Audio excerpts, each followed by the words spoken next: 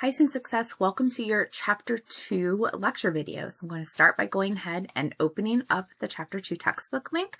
So for this chapter, I will mostly rely upon the slides. However, I want to encourage you, just like all the other chapters, either previous or coming up, to engage in the material somehow, either through reading through the chapter itself, looking through these slideshows, or maybe you're just going to listen to the lecture video. So the chapter 2, if you take a look at the table of contents, is all about setting goals, organizing our space and time. So a lot of management of our energy, our time, our motivation to make sure that we're staying on track. So when you go through the opening kind of where are you now, pre-assessments, your goal setting, a little bit of activities you might see in here. Those are all optional. They're for you to kind of think and reflect on. They're not for you to turn in. So let's go ahead and jump into the first set of chapter slides. Now, if I wanted to view these on my own, I could certainly download them and have the slides pulled up. I'm just going to sort through them right here on the screen. So this first set talks about chapter 2, staying motivated. Motivation really is such a big piece. I often tell students that a lot of success, again, success meaning like being able to get through your degree program, regardless of the GPA or anything like that, in college is not based on your ability to do academics. It's based on your ability to do all the other things, right? Time management, motivation, energy, dedication, planning, all of those are non-technical things. You need them no matter what field you're in. Motivation is one of those key players in that process. So no one else can really motivate you if you don't have intrinsic motivation. So intrinsic meaning it's coming from within. So you have an internal motivation to succeed or to reach your goals because of your own worth of happiness or your own sense of pride. Now, external motivators can also help you, but those are usually not as impactful if you don't also have that internal motivation. I am definitely motivated by coffee, but that's not always going to motivate me if I have no internal motivation. So motivation can be very fleeting, and so you really need to understand when motivation is high and low for you and what can kind of hold you back or propel you forward. One of the things that can be especially helpful with motivation is setting your goals. And I know that you've probably heard about goal setting for, maybe since elementary school. But just the act of setting goals, both long and short term and midterm goals as well, middle of the road goals, you're more motivated to complete them if you sit down and think them through. So you've already probably had personal goals in life. You know, a lot of us do like the New Year's plan, like the resolutions, but you also want to be setting academic goals. More than likely, you already have an academic goal in mind because you have a degree or a certificate or something you want to achieve. But that's still a really big idea. So really kind of defining your goals and narrowing them down a little bit. So the suggestion is before each semester, jot down 3 goals that you'd like to have within that semester. So I like to start backwards. I like to have my big goal first. Like, okay, so let's say I want to get my degree. You know, that's maybe 2 years away. Then I'm going to work backwards. What am I going to do to get to that point? And so that's kind of what you would do with this. 3 goals within your semester to help you eventually reach that bigger goal at the end of your academic time. So maybe your 3 goals could be something like a GPA goal. I want to maintain a 3.1 GPA. How are you going to do that? Well, I'm going to turn in all homework assignments and I'm going to prioritize my schoolwork this semester. So those are just some examples of things that can set you on the right track to reaching that overall goal. And now you may have heard of like the SMART goal settings. This is kind of very connected to that. So make sure your goals are specific. Are they defined? So when I say, like, a lot of students will tell me their goal is, I just want a good GPA. All right, that's a good goal in terms of like idea, but it's a bad goal in terms of how you state it, because a good GPA can mean one thing to one person and something to someone else. So you want to make sure it's more specific. It's defined. I would like a good GPA, which means for me, I need a 3.5 or higher. That's specific. Is it measurable? Well, the GPA goal right there is measurable. But if you were trying to do something else, you know, I want to earn a 90% on every assessment. That's also measurable. So being able to really track your progress through some kind of, quantitative is really helpful with that goal setting. Realistic, can it be reached? This is another area I often see my students come in. They were maybe C or D high school students, not a big deal. And then they come in and they're like, I want straight A's in college. Is that attainable? Sure. I mean, maybe in high school they weren't applying themselves, or maybe they just didn't like high school and they do have the ability. Is it realistic though, in terms of maybe if they weren't putting the energy in high school, are they going to come to college and put energy in there? I mean, only they would know that, but you want to make sure that your goals are realistic. Can they be reached? Good goals are always just a little bit out of your initial reach, that you have to work for them. So just make sure they're realistic, not too easy, but not too difficult. Got to find that sweet spot. And then, are they flexible? This is another big one that I have students like, oh, I didn't meet my goals. Well, that's okay. You can adjust them. So you set your GPA at the beginning of the semester on a 3.5. You're a few weeks into anatomy and physiology and you're like, man, this class is way more difficult than I ever thought it would be. I'm going to go ahead and give myself some grace and say, if I get a 3.2 this semester, I will be pleased.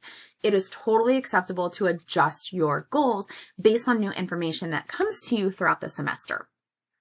So as I mentioned, there are different types of goals, so short, intermediate, and long-term goals. It's always helpful to work backward from your long-term goal all the way to short-term. So here is a good example of that. Maybe their long-term goal is to go to another country to study. So a midterm goal would be basics of French, and then short-term would be every week they're learning vocabulary. So you could do the same thing with your degree or whatever goal you might have. Work backward. That's just how my mind works. You can certainly work the other way around, short-term to long-term.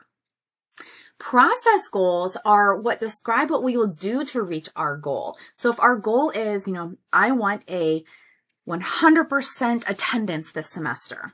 That's hard to reach, but let's just say that's our goal. 100%. My process goals would be, how am I going to do that? How am I going to reach that goal? So maybe I'm going to get on a good sleep schedule. I'm going to make sure I take vitamins so I don't feel sick. I'm going to have backup plans if my babysitter falls through.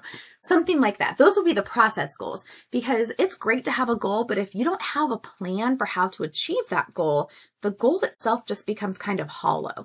So you want to make sure that you have an action to be able to do for those goals. And they do need to be set. This is what I mentioned just a few moments ago.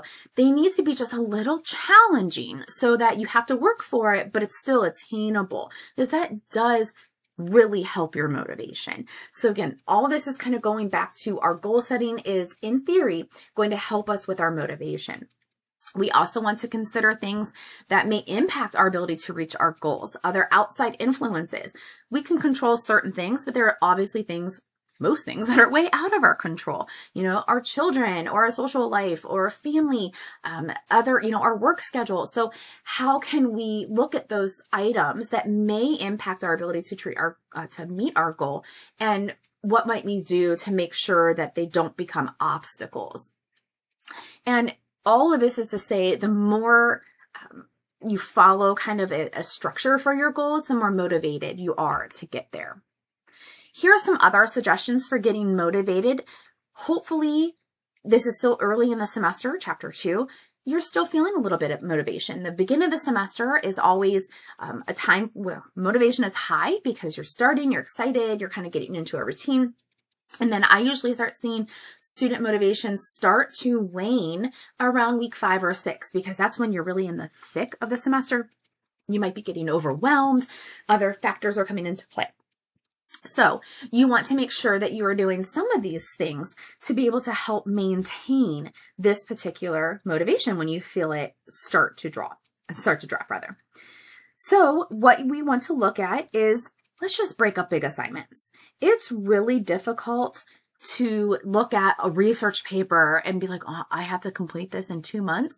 There's so many bits and pieces. But if you break it up into smaller pieces, like, all right, this week I'm going to look for sources, or, find my topic, whatever it might be. Next week, I'm going to start an outline. The week after that, I'm going to do an annotated bibli. So really breaking that up so it's not so overwhelming.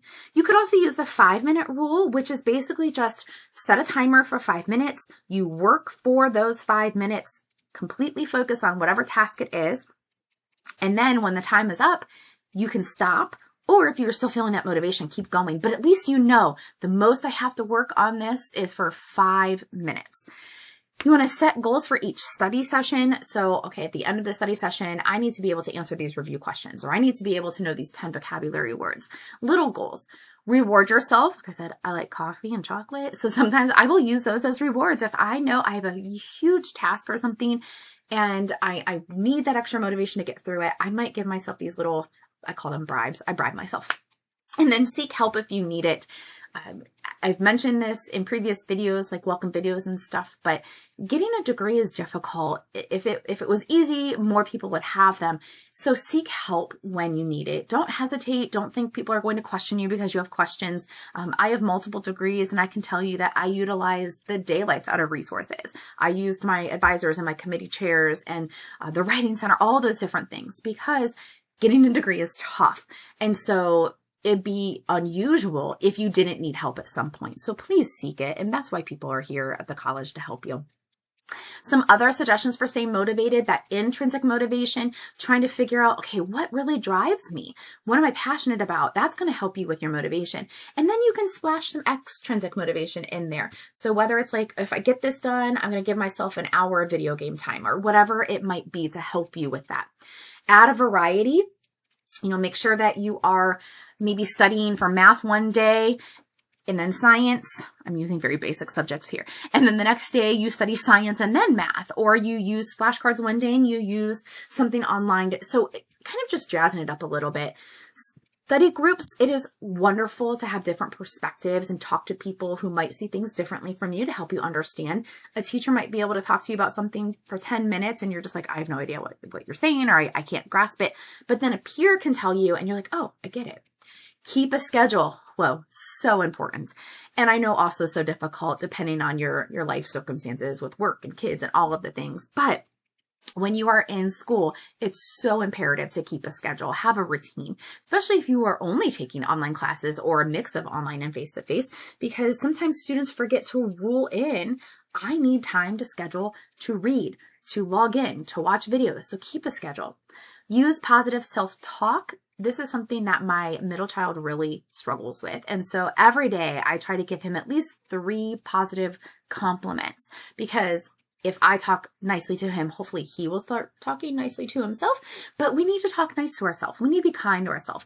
I think sometimes we are our own worst critics. So use positive self-talk. If you're just like, man, I'm struggling, I don't get this, turn that into, you know what? I don't understand it now. However, I'll get there. I will understand it soon. And give yourself some breaks. We are a society who is all over the place. We need time to break. So study for 20 minutes, take a quick sip of water, stand up and stretch, sit back down and study. So little breaks here and there. If you are all of a sudden like, oh, I just can't do this anymore, and that's totally fine, that happens. Reevaluate your goals. Are you kind of working towards something that you no longer have a passion for, or do you need to adjust your goals somehow? Add some more choices to your life. Whenever we have different choices or options, and I know that's not always feasible, but it does motivate us a little bit. It kind of reinvigorates us. Relate schoolwork to your life. I know that there's going to be courses where you're just like, I don't see how this pertains to my mechanical engineering class or whatever it might be, but try to make those connections, because the more connected we are to our schoolwork, the more meaningful it becomes and the more we might be prone to learning. Seek help. Again, use your resources. Don't hibernate. I'm also guilty of this. Sometimes I'm like, oh, a nap would solve this. Napping is fine, but we don't want to avoid problems by sleeping too much. And then prioritize. In school, when we're in school, school should be one of your top priorities. Notice I didn't say the top priority, because obviously we still have lives outside of school. But when you're in school, your priority for school, it should be probably in your top 3 to 5, depending on what else you have going on in your life. So maybe work, family, school, 3 priorities. We have to learn when we're working on a degree to say yes to the degree. We have to say no to some other things. And that might mean staying in one weekend and getting things done, or, reevaluating schedules or moving things around. So really prioritizing our learning. And then finally, keep tabs on your motivation. Pay attention to when you feel really motivated and then when you have kind of like downtime. That could just mean literally on a day-to-day basis. Like, I'm more motivated in the morning, and so that's when I should get my work done. Or you're more motivated on the weekends, whatever that might be. Or maybe there's certain situations that motivate you or kind of demotivate you. And then you're able to hopefully keep track of that more. All right, so that's the first part of the chapter. So again, this section in the book, it aligns right there: goals, time management, prioritizing, working toward those goals. This whole section talks about working. Here it goes over that specificity of making sure your goals are written nicely. There's a little activity for you to maybe actually brainstorm some short-term, midterm, and long-term goals there. Thinking about prioritizing, having an attitude.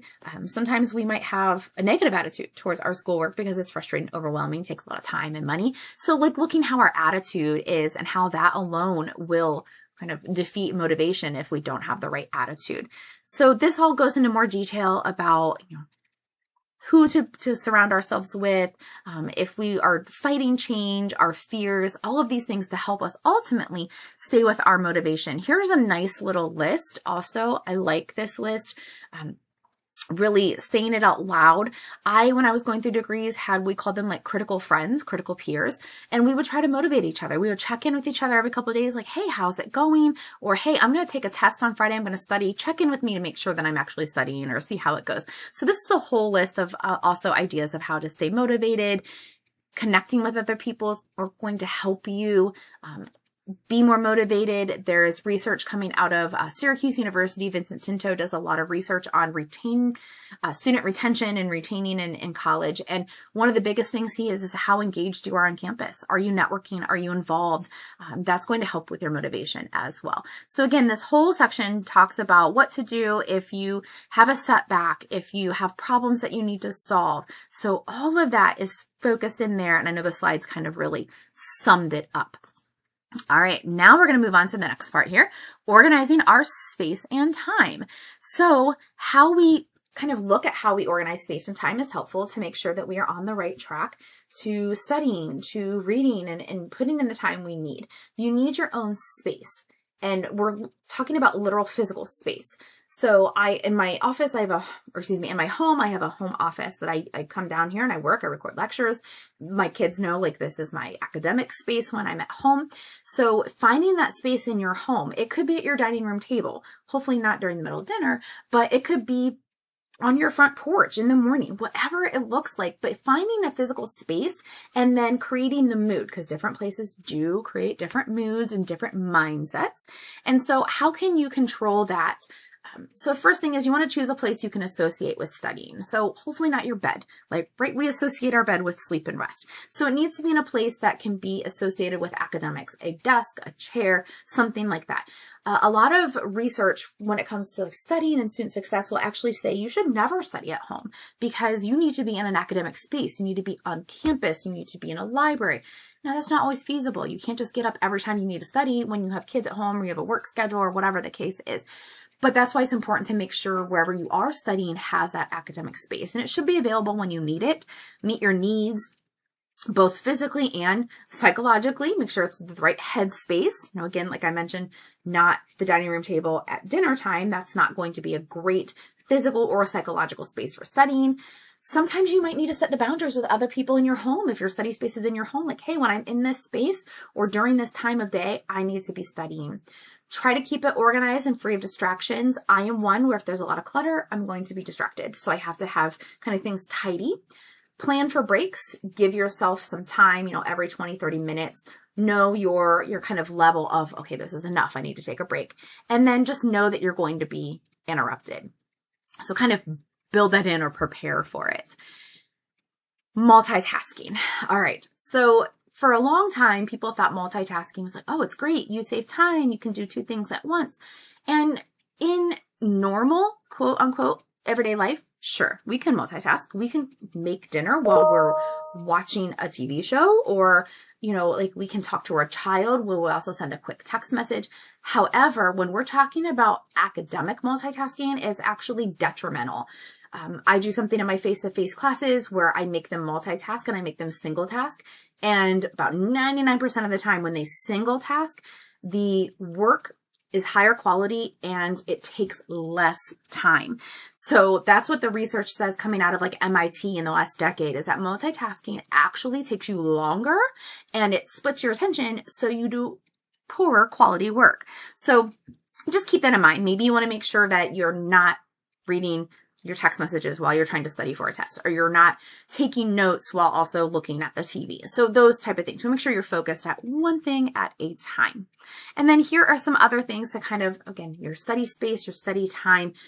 Time management is such a big piece of everything. So coming up with a system that really will work for you, whether it's planners, alarms, post-it notes, someone in your home that's holding you accountable, finding the right place and time of day. I know when I was working on my work for academics, I would wait until 10 o'clock at night after my family was in bed, and then I was up again at 4 in the morning. That just worked for me. I wasn't going to be able to get a lot done during the day because of my family and my work schedule, but I could do things late at night and early in the morning. That's not going to work for everyone. So that's why it's really important to find the right place and time. And again, this is saying, like, sometimes we have to say no. I hate saying no. I say yes to, do you need help with something? Absolutely. So sometimes we do have to say no, though, to give ourselves the needed time. And then really, again, preventing other distractions. So the rest of the chapter here, talks about organizing your space. So it goes into how to avoid distractions, how to make sure that your academic space is going to allow you to really focus. Technology is a big puller away of our attention. So knowing if technology is a downfall for you, maybe studying where your phone is not in the same room, locking down your browser, something to make sure that technology is not going to become an issue. So there's a whole section. There's also talking about how people can kind of, get in the way of our studying. This section 2.3 is talking about organizing our time. And if you have any great time management tips, definitely feel free to share them in the student lounge.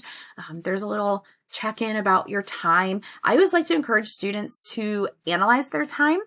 You can do it informally, or there's lots of different forms you can put out there and do it a little bit more formally and see, okay, how much time per week am I spending at work, traveling, at school, sleeping, and so on. You might be surprised. I had a student one semester say they had no idea that they were napping as much as they did. They were napping 3 hours a day. And until they were really writing it down and saw it on paper, they didn't know how much time that was sucking up. So they tried to maybe I should only nap for 1 hour a day. Some things are out of our control. We can't always control how far our commute is to work or school, but we might be able to control our scrolling time, our screen time in general. I had a student who said she used her kid as an excuse to not do work. She would take him to the park for hours a day and they'd be like, oh, I have no time to do my work, but I was spending quality time with my child. So, there's definitely a balance to be there. So if that's something you're interested in, it does talk about tracking your time here.